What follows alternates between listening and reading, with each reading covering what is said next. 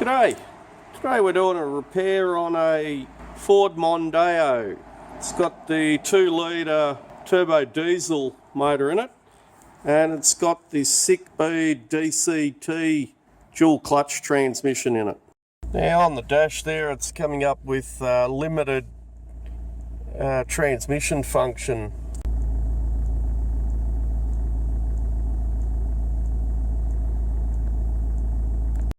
Always check the basics first. Make sure the battery's fully charged and strong. The oil level, the earth strap. They have an earth strap that goes from the transmission to the body, and we're also going to do a quick scan on it.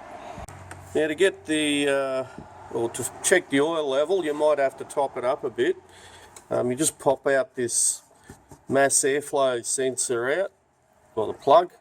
Undo this here, and that whole filter element just sort of, you might have to maneuver it out. It just pulls right out.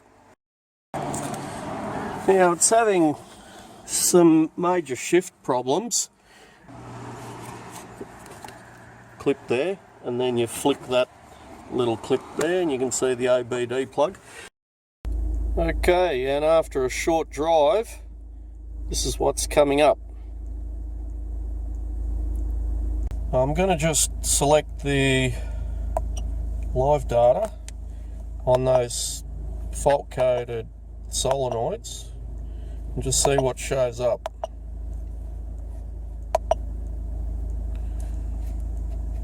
View data.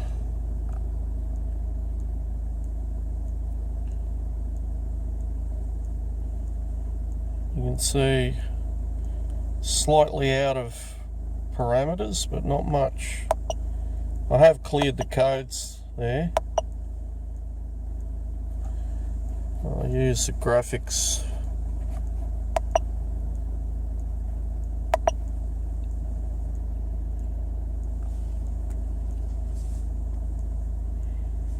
Now the top scale's the desired, and the bottom one is the actual.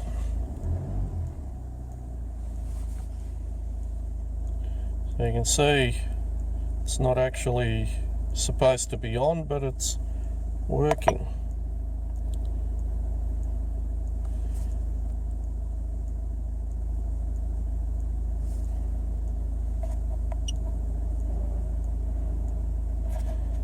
And the solenoid D,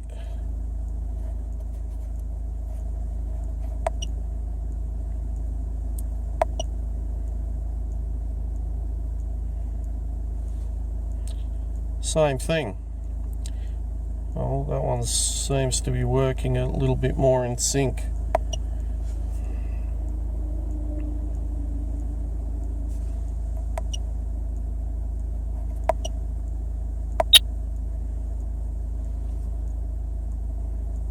No. So those fault codes were actually saying that solenoid C was stuck off, and the performance of solenoid D, there was a pending fault coming up on solenoid D. Now I'm in park, I'm in reverse. Oh, turn that off. Into drive.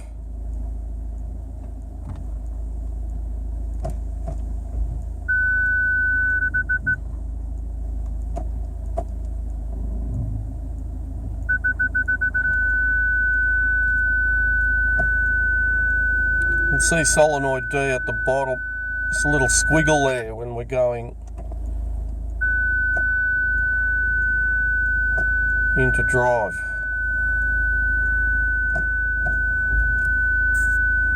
Shush. We'll see what happens with solenoid C.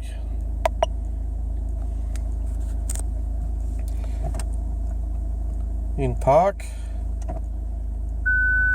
In reverse,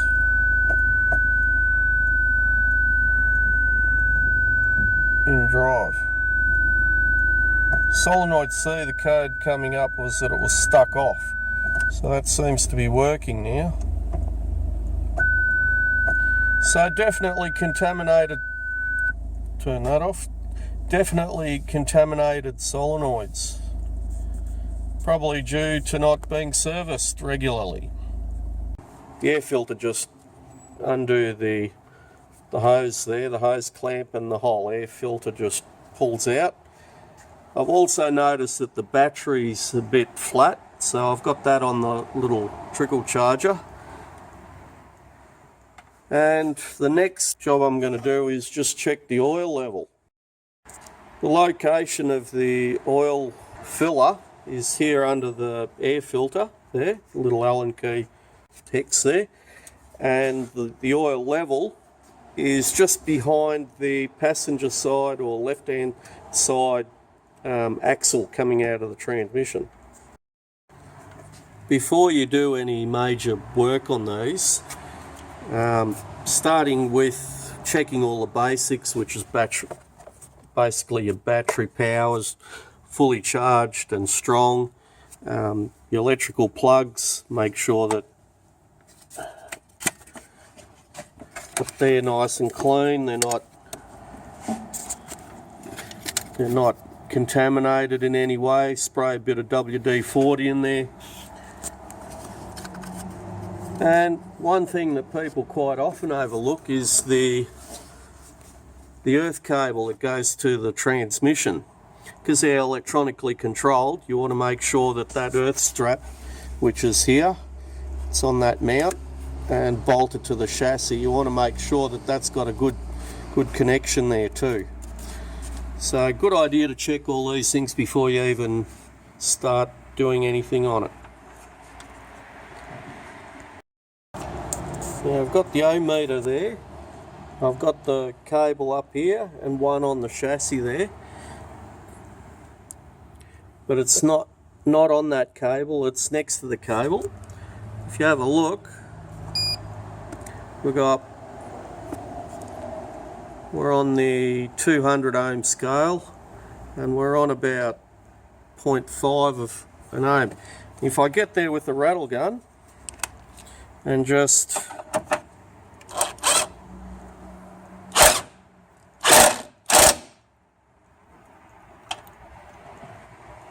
see that there was an actual change in the resistance, less resistance there. So it's a good idea to just make sure that those earth straps are working as best that they can and that they've got the least amount of resistance. This one here I had bolted just on the chassis there. Access to the level plug, you've got to take this stone guard off, and you can see where the axle is. It's just to the rear of where the axle goes into the transmission on the passenger side. And there it is there, just where my finger is. You can see where the axle is and the plug's just behind it there. And there an 8mm Allen key there. One other thing I'll just mention, the Allen key plugs on these, sometimes they have three. There'll be one for the transaxle and two for the transmission, because the internals are all uneven, so they've got to have extra drain plugs for it.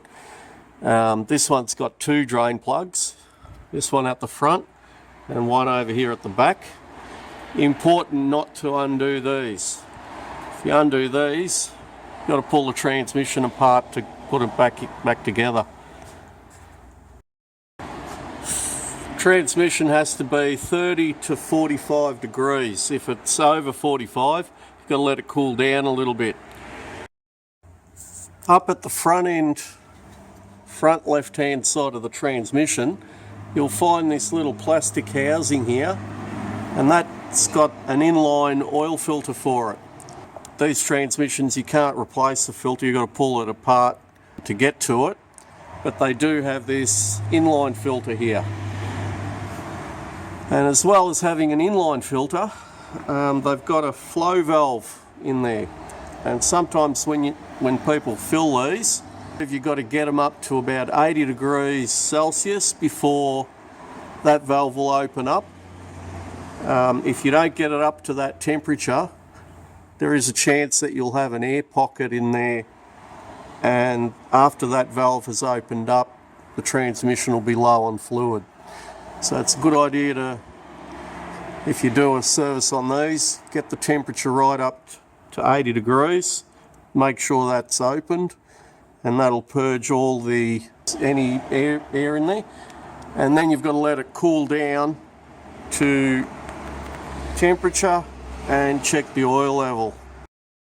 One other little trick I'm going to do with this before I do the service on it, I've got these large neodymium magnets I've just put on the drain plugs on the outside of the vehicle, and I'll run this transmission for a little while, and hopefully any rubbish that's floating around there will be accumulated to that area around where the magnets are.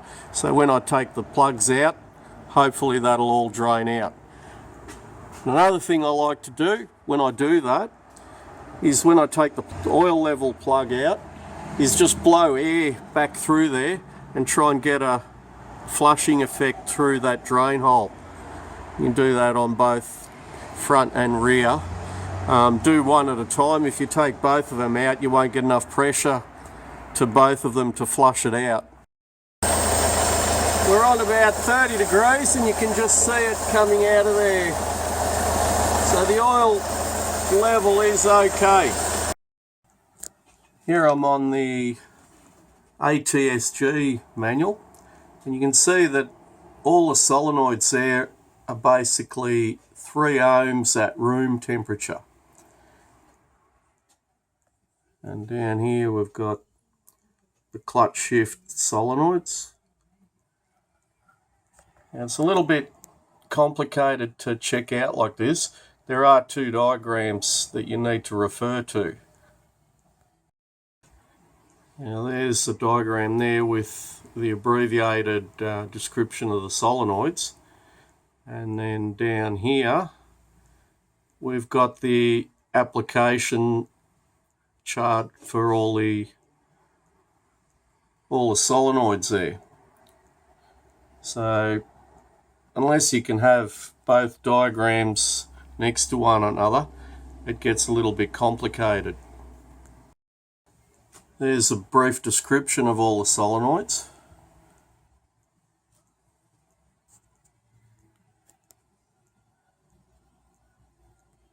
A description of the open and close functions and the linear solenoids there.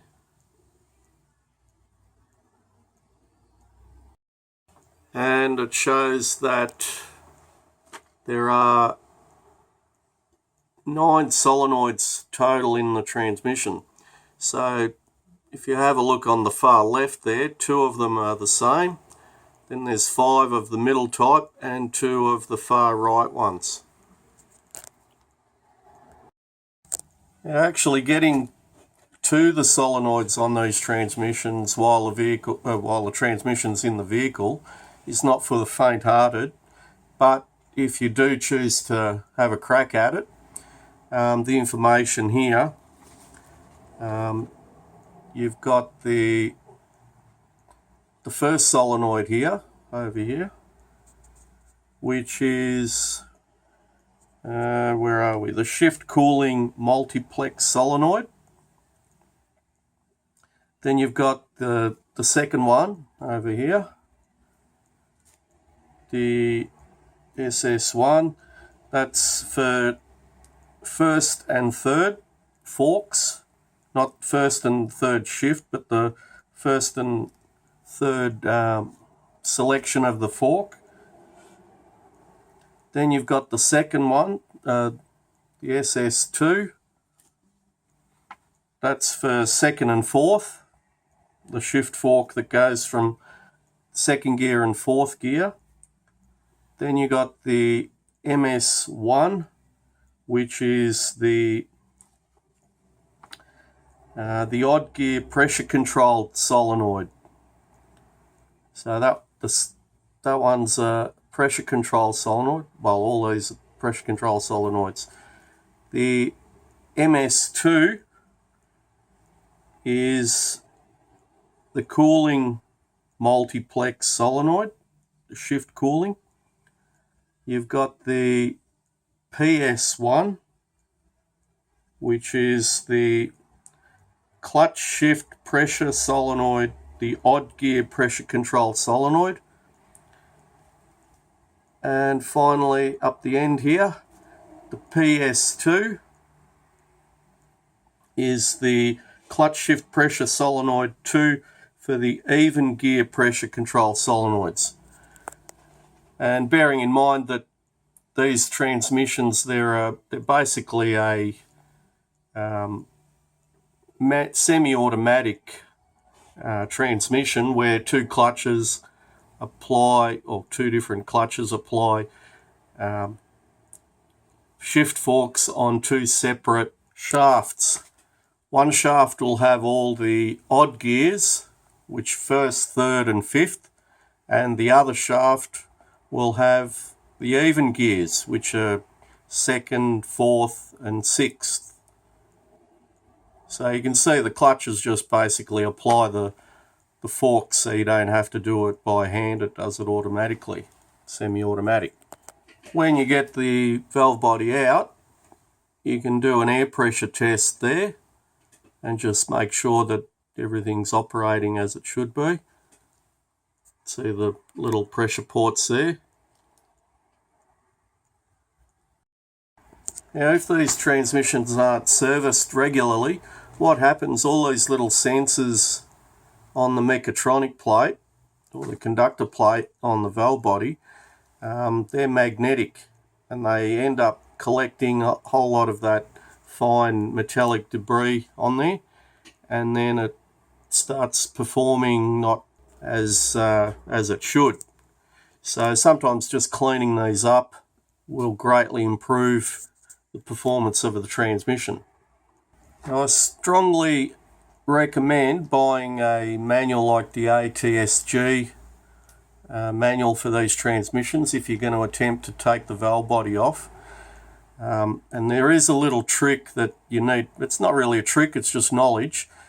When you are removing the valve body, you need to actually put the little selector, that's the selector linkage on the outside of the transmission, on top, and the notch that you need to align is just one click or one notch past the drive position. And what that does, that'll allow you to, there'll be a little hole for a pin that goes through the valve body that you need to align to be able to get everything synchronized.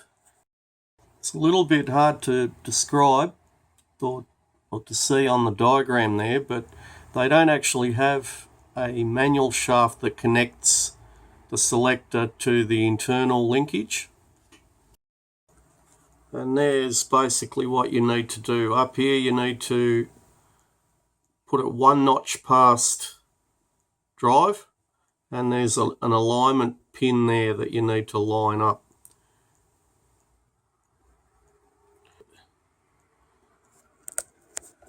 There is a warning there, caution. You can read that.